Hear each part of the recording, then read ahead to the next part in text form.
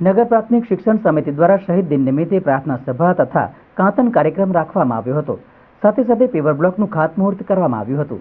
મહાત્મા ગાંધી નિર્વાણ દિન નિમિત્તે નગર પ્રાથમિક શિક્ષણ સમિતિ સ્કૂલમાં આજરોજ પ્રાર્થના સભા તથા કાંતન કાર્યક્રમ રાખવામાં આવ્યો હતો, જેમાં નગર પ્રાથમિક શિક્ષણ સમિતિના ચેરમેન મિનેશ પંડ્યા, ઉપાધ્યક્ષ ડોક્ટર હેમાંગ જોશી, શાસનાધિકારી શ્વેતાબેન પારગી, નગર પ્રાથમિક શિક્ષણ સમિતિના સભ્યો, શિક્ષકો તમામ લોકો ઉપસ્થિત રહ્યા હતા અને 2 મિનિટનું મૌન પાળવામાં આવ્યું હતું।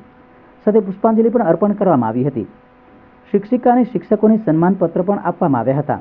વડોદરાના સાંસદ રંજનબેન ભટ્ટના વર્ષ 2023-24 અનુદાનમાંથી ઇલેક્શન વોર્ડ નંબર 13માં આવેલ મધ્યવર્તી સ્કૂલના કમ્પાઉન્ડમાં પેવર બ્લોક નાખવાનું કામ અંદાજિત રકમ 7,49,600નું આજરોજ નગર પ્રાથમિક શિક્ષણ સમિતિના ચેરમેન મિનેશ પંડ્યા તથા ઉપાધ્યક્ષ હેમાંગ જોશી દ્વારા પેવર બ્લોકનું ખાતમુહૂર્ત કરવામાં આવ્યું હતું। આપણી મધ્યસ્થ કચેરી ખાતે આપને ખબર છે કે સૌથી વધારે શિક્ષકો અને જે રિટાયર્ડ કર્મચારીઓ હોય એમનું પણ અવરજવર મધ્યસ્થ કચેરી ખાતે રહેતી હોય છે અને બીજા બધા સર્વે મુલાકાતીઓની પણ અવરજવર રહેતી હોય, ત્યારે મધ્યસ્થ કચેરીમાં વધારે સુંદરતા ઉમેરાય અને સુવિધાથી ભરપૂર થાય એ માટે અંદાજે 8 લાખથી વધારેના બજેટથી માન્ય સાંસદશ્રી દ્વારા પેવર બ્લોકનું કામકાજનું આજે ખાતમુહૂર્ત કરવામાં આવ્યું છે। કાંતણ સ્પર્ધાનો કાર્યક્રમ રાખે છે અને સાથે સાથે શ્રદ્ધાંજલિનું પણ કાર્યક્રમ રાખે છે। આ વર્ષે નગર પ્રાથમિક શિક્ષણ સમિતિના શિક્ષકો, આચાર્યો અને બાળકો દ્વારા એ શ્રદ્ધાંજલિ સમિતિના તમામ સભ્યોએ ગાંધીજીના જીવનમાં જે 4 મૂલ્યો રહેલા છે અને જે લોકો સુધી પહોંચાડવા માટેનો અમે એક પ્રયત્ન કર્યો છે।